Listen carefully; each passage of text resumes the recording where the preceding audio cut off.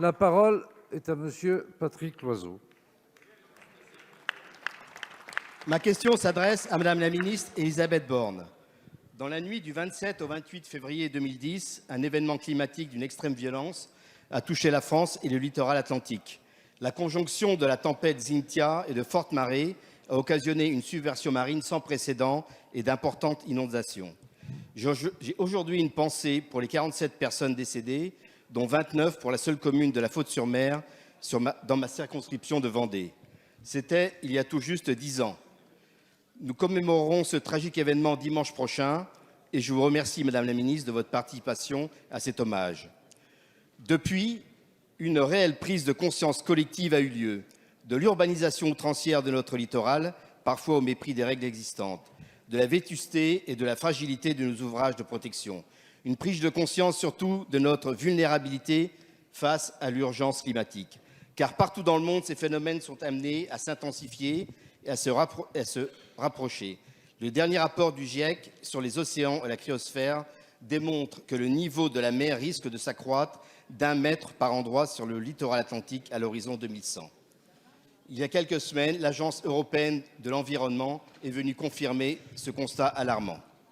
À la suite de la tempête Xynthia, nombreuses ont été les initiatives pour anticiper et gérer ce type d'événement. Un plan de rénovation des digues, des programmes d'action de prévention des inondations et divers plans d'action ont notamment été mis en œuvre.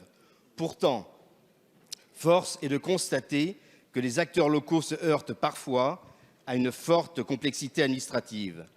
Cependant, l'urgence est réelle et nous devons redoubler d'efforts pour garantir la sécurité de tous et tous face à la montée des eaux et aux catastrophes naturelles dues au dérèglement climatique. Aussi, Madame la Ministre, que proposez-vous pour une prévention et gestion des risques optimale en vue de garantir la sécurité des populations vivant sur le littoral? Je vous remercie. Merci, cher collègue. La parole est à Madame Élisabeth Borne, ministre de la Transition écologique et solidaire.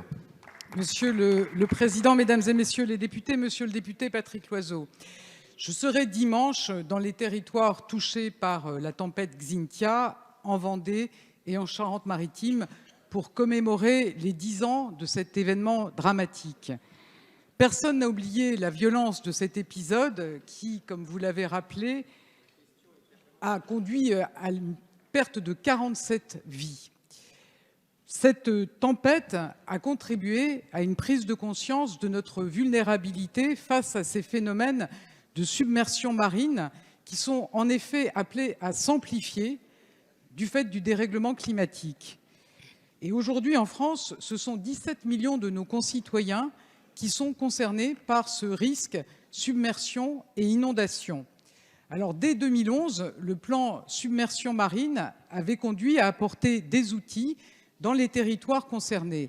Mais le 12 février dernier, nous avons franchi une nouvelle étape.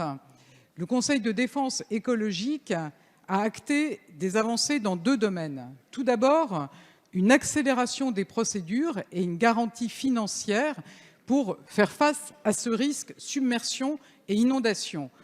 En particulier, les délais pour élaborer les plans d'action pour la prévention des inondations vont être divisés par 2 grâce à une déconcentration de l'essentiel des procédures.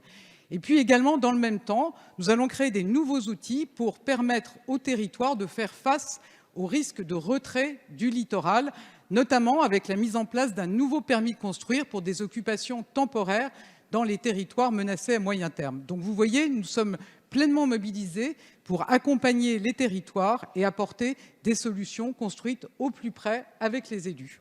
Merci, Madame la Ministre. La parole